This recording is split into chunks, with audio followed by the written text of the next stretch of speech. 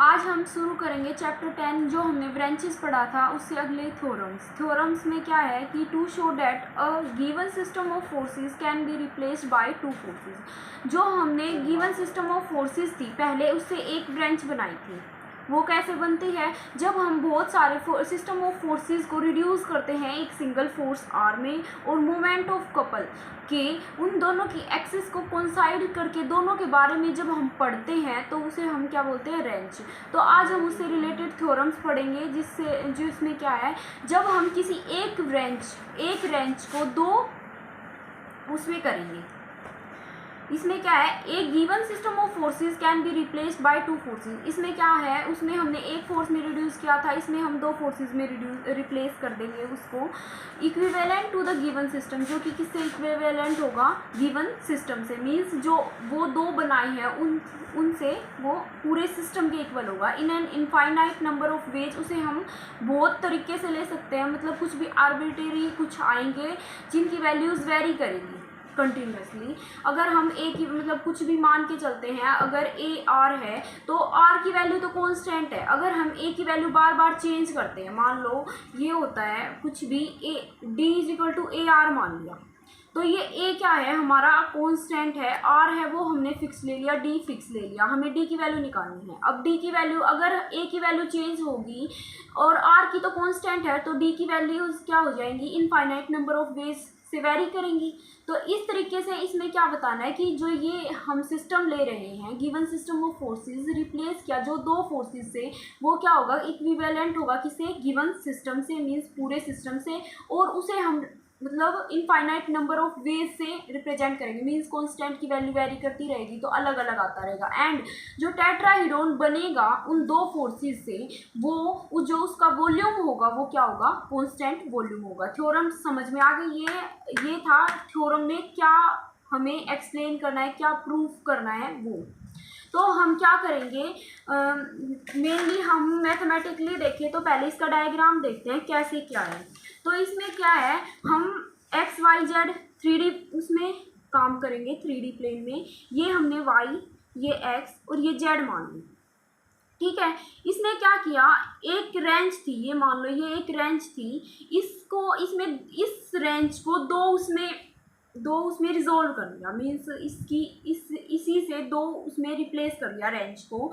तो हम इसके अलोंग लेंगे जो वो क्या होता है, जो मोमेंट ऑफ कपल होता है ना, वो क्या होता है? फोर्स कपल होता है, कपल ऑफ मोमेंट।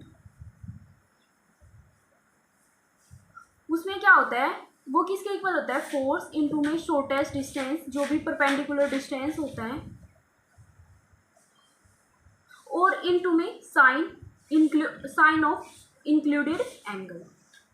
तो जब हम इस रेंज को इसी के ऊपर मतलब इसी से हम रिजोल्व करेंगे तो क्या होगा, ये फोर्स तो होगा आर, बट जो इसका जो शॉर्टेस्ट डिस्टेंस है वो 0 हो जाएगा, जिसकी वजह से हम यहाँ 0 ही हो जाएगा। जो भी हम रेंज लेंगे वो 0 हो जाएगी। तो हम यहाँ से ना करके हम क्या करेंगे, जो ये ओ जेड है कोऑर्डिनेट एक्सिस का, ये वाली एक्सिस है ओ जेड, हम इसके पैरेलल एक लाइन लेंगे ए पॉइंट से, और इससे जेड डैश ए जेड डैश से नाम से रिप्रेजेंट करेंगे, जो कि किसके पैरेलल है? ओ जेड एक्सिस के। तो ये वाला ए जेड डैश हो गया, और इसी तरह सेम इसी तरफ इधर लेंगे। मान लो ये जेड एक्सिस है, हमने क्या किया, ये वाली जेड एक्सिस है, हमने क्या किया, एक ब्रांच ऐसे ले ली और एक ब्रांच ऐसे रिजोल्व कर ली, ठीक है। मेनली हम ये कंसेप्ट है, ये जेड एक्सिस है, हम क्या करेंगे, एक रेंज को ऐसे रिप्रेजेंट करेंगे, मींस ऐसे रिजोल्व कर लेंगे, एक ऐसे। तो ऐसे करेंगे तो मान लेते हैं हम इसको ऐसे करके वो कर लेते हैं, मींस 3D में इमेजिन करना होगा तभी हमें समझ में आएगा। तो हम इस रेंज को, ये आर ली थी, यहाँ हम R1 में रिजोल्व कर लेते हैं, इसको पॉइंट सी नाम दे देते हैं। मान लेते हैं कि ये किसके साथ, जेड एक्सिस के साथ अल्फा एंगल बना रही है। ऐसे ही हम दूसरी लेंगे, यहाँ बी पॉइंट से लेंगे और जेड डैश ये ले लेंगे। तो ये इस डायरेक्शन में है मान लो, तो दूसरी किस डायरेक्शन में होगी? इधर। तो ये इस डायरेक्शन में है तो इसको हम ऑपोजिट बैक साइड में लेंगे। ये मान लेते हैं कि ये जेड एक्सिस के साथ बीटा एंगल बनाती है, ठीक है। तो इसमें ये के क्या है? मोमेंट ऑफ कपल, इसको नाम ले लेंगे R2, ठीक है, इसको यहाँ डी। अब हम मान लेते हैं कि जो ओ ए का डिस्टेंस है ये ए है और ओ बी का डिस्टेंस है वो बी है। ठीक है, मेन कंसेप्ट यही था। हम क्या करेंगे, मोमेंट ऑफ कपल निकालेंगे, मीन्स क्या करेंगे, इस रेंज को रिजोल्व कर दिया दो फोर्सेस में, मीन्स एक सिस्टम ऑफ फोर्सेस, मतलब सिस्टम ऑफ फोर्सेस को रिप्लेस कर दिया दो। सिस्टम ऑफ फोर्सेस से मेनली क्या बनता है, रेंज बनता है। उस रेंज को एक आर रेंज ली, उस रेंज को हमने दो उसमें रिजोल्व कर दिया R1 और R2 में। ठीक है, मेनली ये देखो, हम इससे मानते थे ना रेंज होती है ये, इसको R1 और R2 में रिजोल्व कर दिया। मेन कंसेप्ट ये है, जब हम ये क्या है, जो ये R1 R2 में रिजोल्व किया है ना, जो ये इनका जो ये किसके इक्विवेलेंट होगी, पूरे इस सिस्टम के, मीन्स R वाली की। ठीक है, और ये है ना इनफाइनाइट नंबर ऑफ वेज से क्या करेगी, वेरी करेगी, means infinite number of veg में हम इसे एक्सप्लेन कर पाएंगे। तो हम अब देखते हैं कैसे क्या है। हमने क्या किया, मेनली हम प्रूफ पढ़ते हैं। Let the given system be equivalent to a range. जो गिवन सिस्टम है इक्विवेलेंट है किसके, रेंज के, आर कोमा के से रिप्रेजेंट करते हैं। वूज सेंट्रल एक्सिस, इसकी जो सेंट्रल एक्सिस है वो क्या है, ओ जेड है। सच डेट, इस तरीके से कि आर है, जो ये आर है ये क्या है, रिजल्टेंट फोर्स है अलोंग ओ जेड के। ये आर है, ये क्या है, रिजल्टेंट फोर्स है अलोंग ओ जेड के, एंड के क्या है, इसका रिजल्टेंट कपल है। इस तरीके से हमने रिजोल्व किया। ये पूरे क्या बन रही है, रेंज, जो हमने कल पढ़ा था उसी, इसको क्या किया हमने, रिजोल्व किया मेनली। तो K is the resultant couple about O Z. तो थ्रू ओ हम क्या करेंगे, ये वाला ओ है, इसे हम क्या करेंगे, through O draw a line B ए। ओ से हमने क्या किया, बी ए लाइन ड्रॉ कर ली, जो कि किसके परपेंडिकुलर है, ओ जेड की, ओ जेड एक्सिस के। ओ जेड ये एक्सिस है, तो ये बी ए क्या है, इसके परपेंडिकुलर है। सच डेट, इस तरीके से कि जो ओ ए है वो हमने मान लिया ए है, और जो ओ बी है वो बी है। एज्यूम दिस लाइन, इस लाइन को हम एज्यूम करेंगे as axis of X axis. जैसे कि हमने 3D में पढ़ा है, ये मान लो y एक्सिस है, ये x एक्सिस है, तो ये किसके परपेंडिकुलर होती है, इस तरीके से। तो ये ओ जेड एक एक्सिस थी, इसके परपेंडिकुलर लाइन ले ली, तो इसको हमने क्या मान लिया, एज्यूम कर लिया कि ये लाइन है वो as axis of X axis है, मीन्स कोऑर्डिनेट एक्सिस में एक्स एक्सिस है। अब हम क्या करेंगे, सपोज करेंगे डेट गिवन सिस्टम इज, जो ये गिवन सिस्टम है वो इक्विवेलेंट है टू फोर्सेस की। ये हमने स्टेटमेंट में पढ़ा था कि जो ये सपोज किया है, जो गिवन सिस्टम है, हमने ये मान के चल लिया कि जो भी चीज़ है, हम एक चीज़ मान के चलेंगे तभी तो हम दूसरा प्रूव कर पाएंगे। तो suppose that the given system is equivalent to two forces. जो हमने एक फोर्स से, गिवन सिस्टम ऑफ फोर्सेस से टू R1 R2 लिए थे, वो उसके इक्विवेलेंट है। R1 किस पे है, एट ए, R2 एट बी। इन सच ए वे, इस तरीके से है कि डेट, इन सच ए वे डेट फोर्सेस जो R1 R2 हैं, इन सच ए वे, इस तरीके से है कि जेट जो फोर्सेस हैं R1 R2 लाई कर रहे हैं किस प्लेन में, उस प्लेन में जो कि परपेंडिकुलर है OA एंड OB। अब इसमें बताती हूँ डायग्राम से, ताकि अच्छे से क्लियर हो जाए कि हमने क्या किया, सपोज किया जो given system of forces, given system है वो इक्विवेलेंट है R1, ये वाला गिवन सिस्टम था, ये मेन इनका इससे रिजोल्व होके बना है। तो ये R1 और R2 जो हमने रिजोल्व किए हैं उससे मिलके बना है कि R1 है वो A पे है और R2 है वो B पे है। इस तरीके से कि जो फोर्सेस R1 और R2 हैं वो उस प्लेन में लाई कर रहे हैं जो कि परपेंडिकुलर है किस पे, OA और OB के।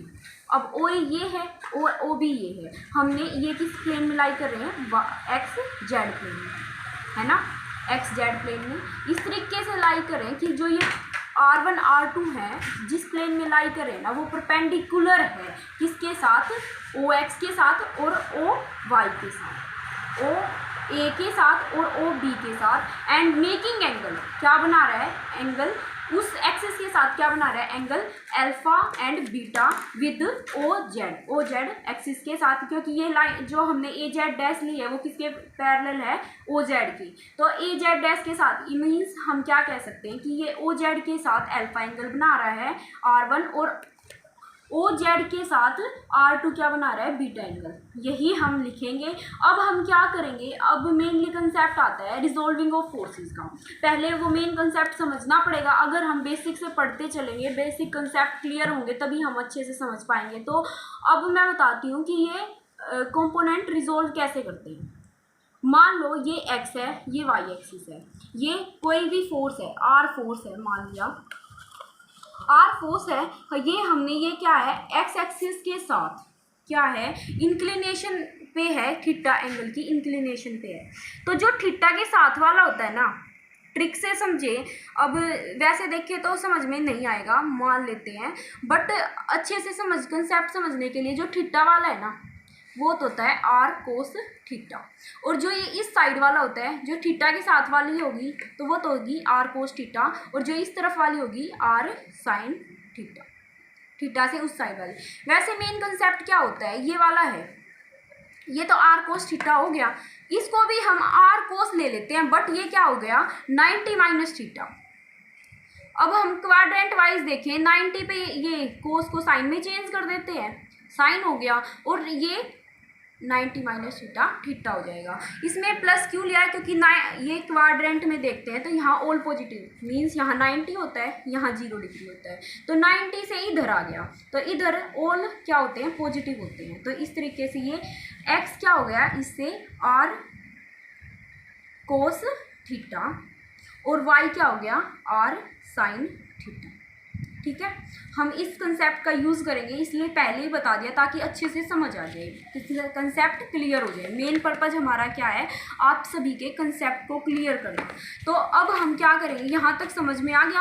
अब हम क्या करेंगे, रिजोल्व करेंगे फोर्सेस को, जो R1 R2 हमने लिए थे फोर्सेस, ये मेनली दो फोर्सेस लिए थे अलोंग ओ जेड, किसके अलोंग, ओ जेड के अलोंग, और परपेंडिकुलर रिजोल्व किए फोर्सेस को अलोंग ओ जेड, अलोंग क्या, ओ जेड के अलोंग करेंगे, और परपेंडिकुलर टू ओ जेड। ये परपेंडिकुलर है भाई, ये वाला साइन ये मेनली क्या रिप्रेजेंट करेगा, परपेंडिकुलर, ताकि हम जल्दी से कर पाएँ वी है।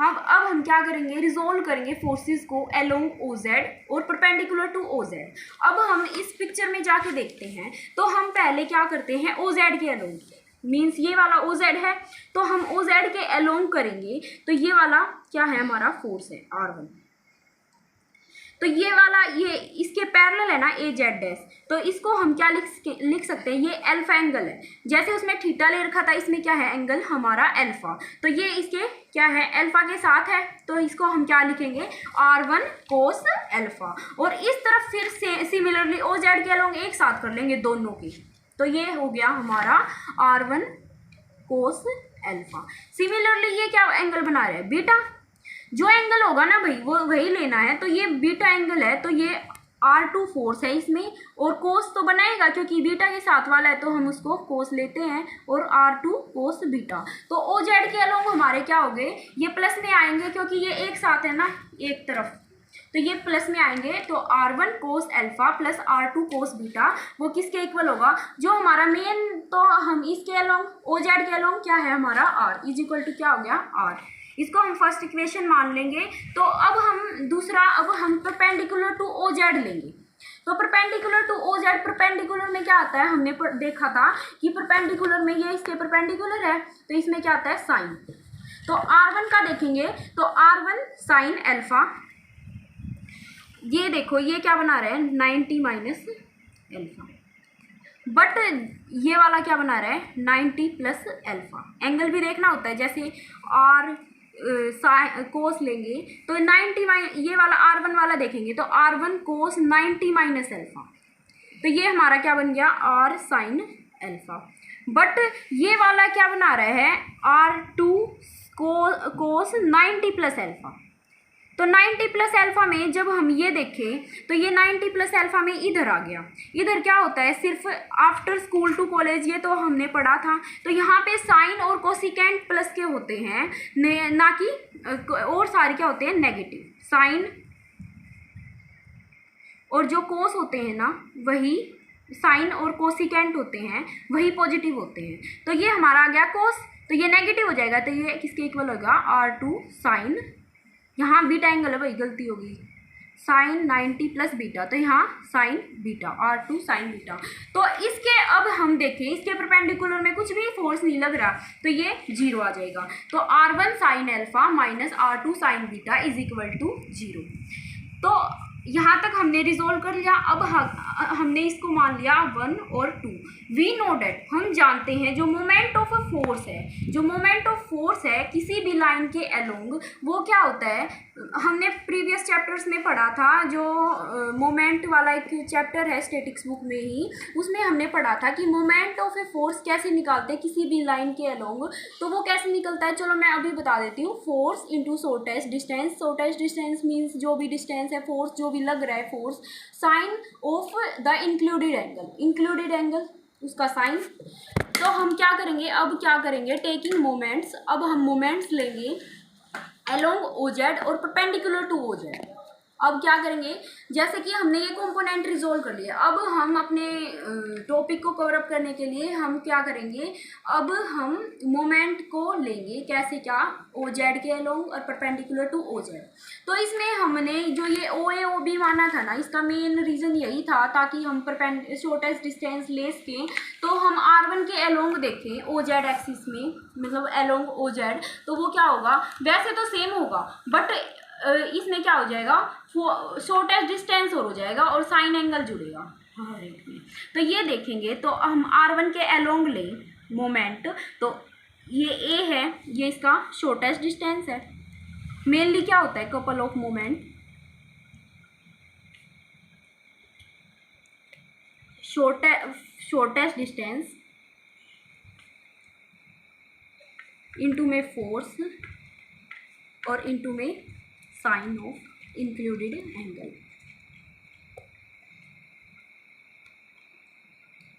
ठीक है भाई।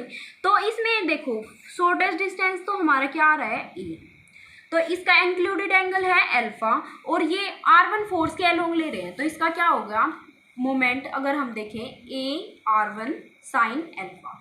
तो सिमिलरली हम R2 के अलोंग देखें, तो इसमें क्या है, बी तो शॉर्टेस्ट डिस्टेंस है हमारा ओजेड एक्सिस के साथ, ओजेड के अलोंग ले रहे हैं, तो बी इसका शॉर्टेस्ट डिस्टेंस है, फोर्स हमारा R2 है, तो बी R2 एंगल कौन सा है हमारा, beta, B R2 sine beta हो गया। ठीक है, तो ये इसके ओजेड के अलोंग हमारा जो मोमेंट ऑफ कपल है किसके इक्वल दे रखा है, के अलोंग। ठीक है, तो ये हम लिखना चाहे तो कैसे लिखेंगे, ओजेड के along A R1 sine alpha plus B R2 sine beta, ठीक है, इज इक्वल टू के, क्योंकि हमने जो मेन सिस्टम लिया था उसके अलोंग क्या है हमारा, के है। तो ये A R1 sine alpha is plus B R2 sine beta is equal to K आ गया।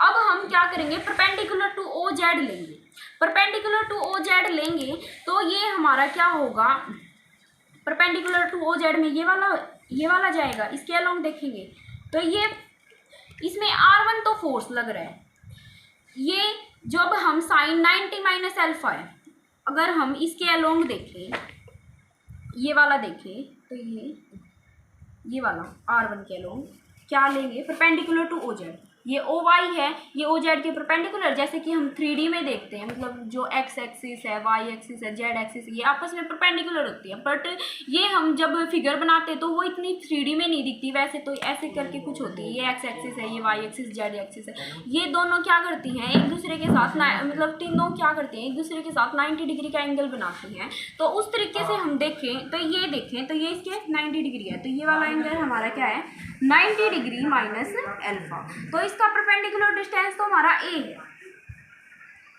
जो भी शॉर्टेस्ट डिस्टेंस है वो हमारा ए है, फोर्स हमारा R1 है, साइन 90 माइनस अल्फा लेंगे, 90 डिग्री माइनस अल्फा, तो ये ए R1, अब ये है साइन अल्फा है, कोस अल्फा में चेंज हो जाएगा AR1 कोस अल्फा, और इस तरफ का लेंगे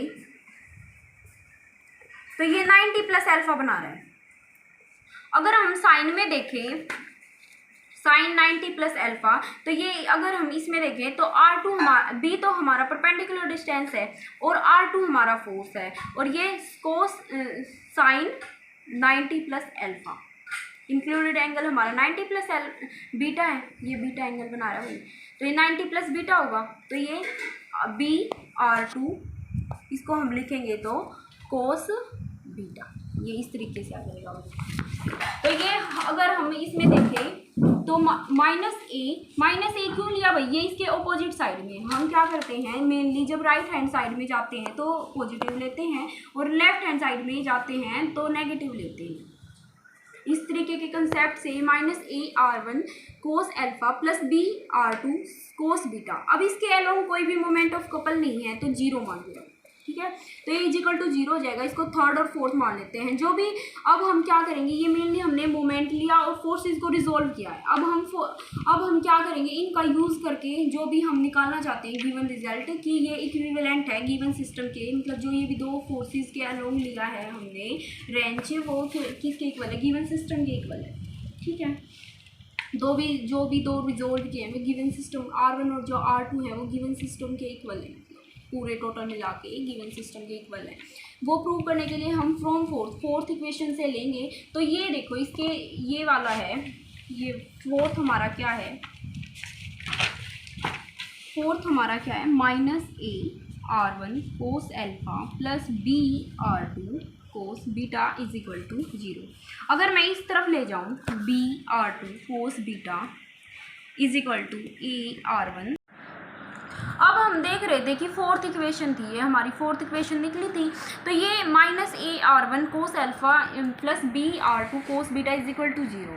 तो ये माइनस वाला इधर जाएगा तो AR1 कोस अल्फा पॉजिटिव हो जाएगा। तो हम क्या करेंगे, R1 कोस अल्फा, ये वाला B है जो ये इसके नीचे आ जाएगा, क्योंकि हमने ये क्या किया, इस तरफ इसको ले गए, इस तरफ इसको ले गए, इस तरफ इसको ले गए, R1 कोस अल्फा चला गया। अब हम इसमें देखें तो ये अपोन में B जाएगा, और यहाँ देखें तो R2 कोस बीटा अपोन में A, ठीक है, यहाँ तक आ गया। अब हम क्या करेंगे, जो ये अगर हम देखें PD वगैरह में पार्शियल डिफरेंशियल इक्वेशन में जब हम क्या करते हैं, इन दोनों को प्लस कर सकते हैं, मतलब हम इसका वो करना चाहें तो R1 कोस अल्फा हमने मेनली क्या किया, इन दोनों को ऐड कर लिया, R1 cos alpha plus R2 cos beta upon में A प्लस B, ये हो जाएगा। तो हमने फर्स्ट में देखा था कि जब हमने फोर्सेस को रिजोल्व किया था R1 cos alpha plus R2 cos beta is equal to R था, तो ये R1 cos alpha plus R2 cos beta is equal to R हो जाएगा। किसका यूज़ करके, यूजिंग फर्स्ट का यूज़ करके, तो R अपोन में A प्लस B। इससे हम R1 और R2 की वैल्यू निकाल सकते हैं। तो अगर हम R1 की वैल्यू निकालें, R1 कोस अल्फा अपोन में B, और इसको इक्वेट करें इन दोनों को R अपोन में A प्लस B। अगर हम इन दोनों को इक्वेट करें, R1 की वैल्यू निकालेंगे, हमारा मेन रीज़न तो यही है, हम R1 R2 की वैल्यू निकालना चाहते हैं, और फिर से हम इक्विवेलेंट, ये हमने गिवन है, हम ये बताना चाहते हैं कि इसको हम इनफाइनाइट नंबर ऑफ वेज से रिप्रेजेंट कर सकते हैं। तो इसके लिए हम R1 R2 की वैल्यू हमारे लिए वो है कि हम R1 R2 की वैल्यू निकालना चाहते हैं। तो R, ये B इधर चला जाएगा, B अपोन में A plus B, R1 cos alpha is equal to RB upon में A प्लस B। सिमिलरली हम जब R2 sine R2 cos beta upon में A is equal to RA plus B से equate करते हैं, तो R2 cos beta की value हमारी क्या आ जाएगी, RA अपोन में A प्लस B। ये देखो इसमें फोर्थ का यूज़ किया है, R1 cos alpha by B, R2 cos beta by A, R1 cos alpha की वैल्यू निकाल ली, B R अपोन में A प्लस B, R2 की कोस बीटा की वैल्यू निकाल ली, A R अपोन में A प्लस B, ठीक है, फिफ्थ और सिक्स मान लेंगे। अब हम क्या करेंगे, फ्रॉम सेकंड, इस वाली सेकंड इक्वेशन का यूज़ करेंगे। तो ये क्या होगा, ये क्या दे रखी है हमें, R1 sine alpha minus R2 sine beta is equal to 0। तो अगर हम इस तरफ लेके जाएं तो R1 sine alpha is equal to R2 sine beta, ये आ गया मेरे लिए। ये वाला ये स्टेप किया है इसमें, तो ये from second R1 sine alpha is equal to R2 sine beta के इक्वल आ गई। अब हमने क्या किया, इसमें A से क्या किया, मल्टीप्लाई किया, A से डिवाइड किया, क्योंकि इससे कोई फ़र्क नहीं पड़ेगा। अगर हम A से एक काट दें तो R1 साइन अल्फा ही बचेगा। और इस तरफ हमने क्या किया, B से और B से ये मल्टीप्लाई एंड डिवाइड कर दिया, ताकि हम क्यों किया, ताकि हम थर्ड का यूज कर सकें, क्योंकि ये किसके इक्वल है, के। मेनली हमारा पर्पज़ को कंप्लीट करने के लिए हमने ये सब किया। तो फिर उसके बाद हमने इसको और इसको ऐड कर दिया। A R1 sine alpha, A R1 sine alpha plus B R2 sine beta, A plus upon में A प्लस बी। अब हम बाय यूजिंग थर्ड लिखा हुआ है, इसमें क्या है, A R1 sine alpha plus B R2 sine beta is equal to K है, तो के अपॉन में A प्लस बी आ गया। तो अब हम क्या करेंगे, इस वाले को और इस वाले को कंपेयर करेंगे। इस वाले को A R1 sine alpha upon में A is equal to K upon में A प्लस बी। ठीक है, A से A कैंसिल हो गया, तो भाई R1 साइन अल्फा क्या हमारा हो गया, के अपॉन में A प्लस बी। ठीक है, तो के अपॉन में A प्लस बी। सिमिलरली जब हम इसको और इसको कंपेयर करेंगे, R2 sine beta is equal to K upon में A प्लस बी। अब ये R1 cos alpha, R2 cos alpha. अब हम क्या करेंगे, मेनली R1 और R2 की वैल्यू निकालेंगे। हम क्या कर सकते हैं, सोच के देखो, हमें R1 और R2 की वैल्यू चाहिए। अगर हमें एक प्रॉपर्टी पता है, ये वाली ट्रिग्नोमेट्री की, कोस square theta plus sine square theta इसके इक्वल होता है 1 के। इसका यूज़ करेंगे हम। अगर मैं R1 कोस अल्फा को और R1 साइन अल्फा को स्क्वायर करके ऐड कर दूँ, मान लो ये हमारी R1 कोस अल्फा है, इसकी वैल्यू हमारे पास है BR कोण में A plus B. R1 sine alpha है, इसकी वैल्यू है हमारे पास के अपॉन में A प्लस बी। अगर मैं R1 की वैल्यू निकालना चाहती हूँ तो मैं कैसे निकाल सकती हूँ, मैं इसका यूज़ करूँगी, cos square theta plus sine square theta is equal to 1। उसके लिए हम क्या करेंगे, कोस स्क्वायर अल्फा और कोस साइन स्क्वायर अल्फा चाहिएगा, उसके लिए हम इसको और इसको स्क्वेयरिंग करेंगे। तो स्क्वेयरिंग करके कोस स्क्वायर अल्फा और ऐड करेंगे R1 साइन स्क्वायर अल्फा, इसको ऐड कर दिया तो ये भाई R1 के इक्वल होगा, हमारा R1 के इक्वल होगा R1 स्क्वायर, ये R1 स्क्वायर के इक्वल हो जाएगा। क्यों हो जाएगा, क्योंकि R1 स्क्वायर तो कॉमन निकल जाएगा और cos square alpha plus sine square alpha हमारा क्या हो जाएगा, 1। ठीक है, ये R1 स्क्वायर के ये वाली चीज़ 1 के इक्वल हो जाएगी, तो ये R1 स्क्वायर के इक्वल आ जाएगी। तो हम इस कंसेप्ट का यूज़ करेंगे, तो ये हमारा क्या हो गया, तो हम ये देखो फ्रॉम 5th एंड 7th, ये वाली 5th मानी थी, ये 7th मानी थी, इसका यूज़ करके हमने ये वाला तो R1 स्क्वायर हो गया भाई, राइट हैंड साइड, ये लेफ्ट हैंड साइड तो मैंने बता दी कि R1 स्क्वायर कैसे आया। अब हमने मेनली क्या किया, इसको स्क्वायर किया फिर ऐड किया, तो इसका स्क्वायर करेंगे B square R square A plus B का होल स्क्वायर, दोनों में कॉमन है, एलसीएम लेके देखा भाई। मेनली क्या किया, इसमें ये वाला था तो ये इसको स्क्वायर किया, B square R square upon में A प्लस बी का होल स्क्वायर प्लस के स्क्वायर अपॉन में A प्लस बी का होल स्क्वायर। इन दोनों को एलसीएम लेके क्या हो गया, B R स्क्वायर प्लस के स्क्वायर अपॉन में A प्लस बी का होल स्क्वायर। सिमिलरली हमने क्या किया, 6th और 8th का यूज़ किया, स्क्वायर किया, ऐड किया, R2 स्क्वायर की वैल्यू ऐसे आ गई, A स्क्वायर, क्योंकि इसमें A था तो A square R square plus के स्क्वायर अपॉन में A प्लस बी का होल स्क्वायर। अब हम क्या करेंगे, जो एंगल है वो निकालेंगे, tan अल्फ़ा tan बीटा, ताकि हम आगे यूज़ कर सकें। तो tan अल्फ़ा निकलेगा, अगर मैं इसको 5th को और 7th बाय 5th कर दूँ, मतलब डिवाइड कर दूँ, जो ये हमारा ये था, तो ये था हमारा 5th, ये था हमारा 7th। अगर मैं इसको डिवाइड कर दूँ, ये 5th था हमारा भाई, ये 7th था, 7th बाय 5th कर दूँ, 7th बाय 5th डिवाइड कर दिया इन दोनों को, 7th इक्वेशन को बाय में 5th equation. R1 sine alpha upon में R1 कोस अल्फ़ा, वो किसके इक्वल हो गया, A अपॉन में ये आ गया ए के अपॉन में ए प्लस बी और डिवाइड में बी आर अपॉन में ए प्लस बी। भाई इससे ये कैंसिल हो गया, तो ये R1 से R1 टेन अल्फ़ा किसके इक्वल आ गया भाई, के अपॉन में बी आर, ठीक हो गया। ठीक है भाई, के अपॉन में बी आर यही है। टेन बीटा सिमिलरली जब हम 8th को 6 से डिवाइड करेंगे तो हमारा ये आ जाएगा के अपॉन में ए आर। ठीक है, हमने R1 R2 स्क्वायर की वैल्यू निकाल ली। अब हम ये प्रूव करना चाहते थे कि इसको हम इनफाइनाइट नंबर ऑफ वेज से लिख सकते हैं, मतलब ठीक है, ये का प्रूव करना है।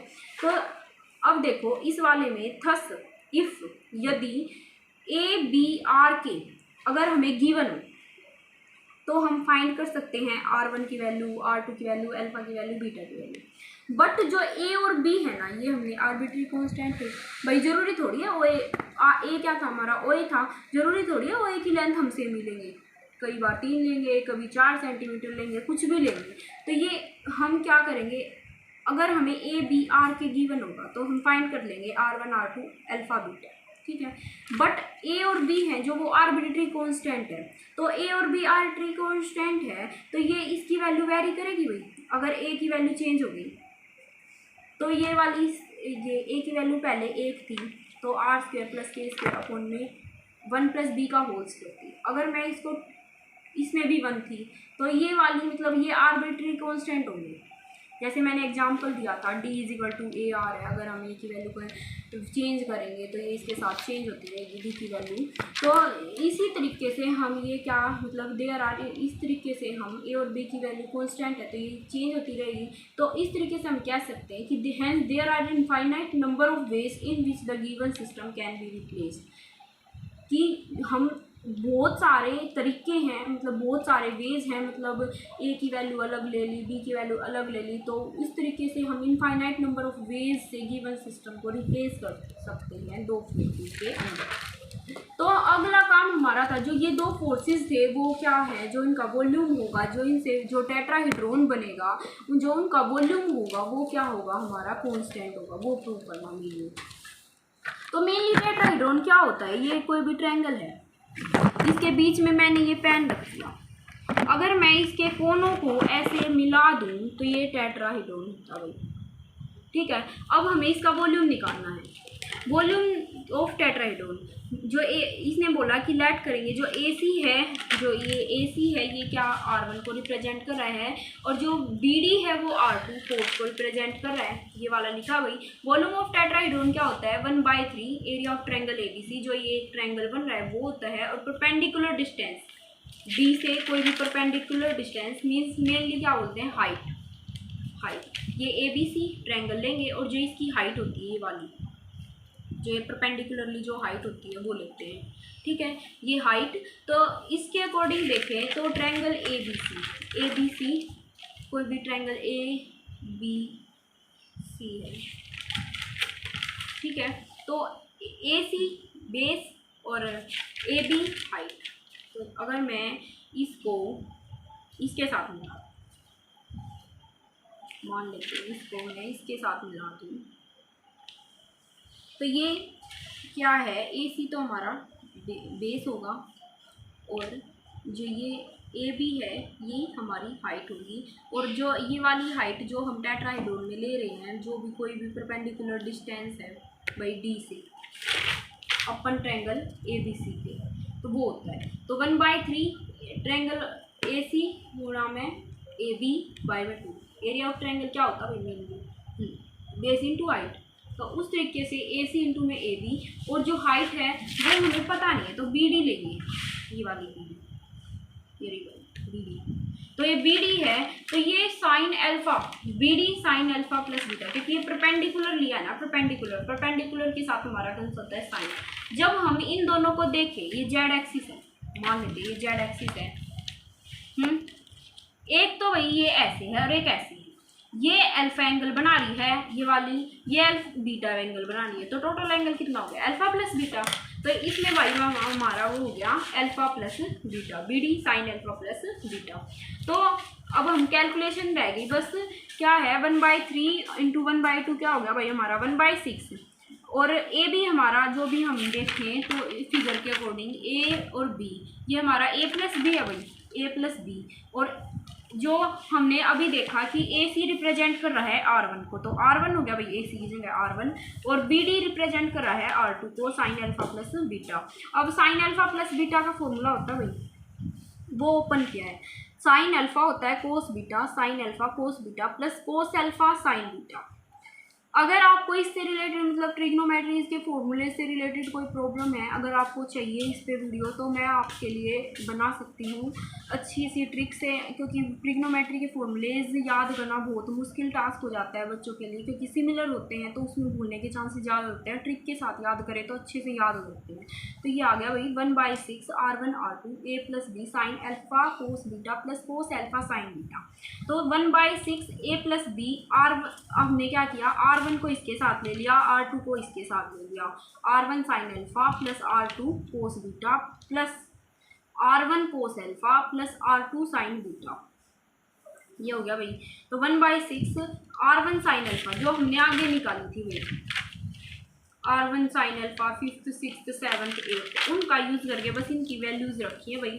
तो ये वैल्यूज़ रख दी, R1 साइन अल्फा की के अपॉन में a plus B, R2 cos beta की है R अपॉन में a plus B, plus R1 cos alpha की बी आर अपॉन में a plus B into R2 sine beta, फिर किससे यूज़ करके 5th 6th 7th और 8th का यूज़ करके। इसमें हमने R1 साइन अल्फा इनकी वैल्यूज़ निकाली थी, वो रखी है बस मेनली। तो अब इनका एलसीएम ले लिया भाई, a प्लस बी का होल स्क्वायर हो जाएगा इनका एलसीएम।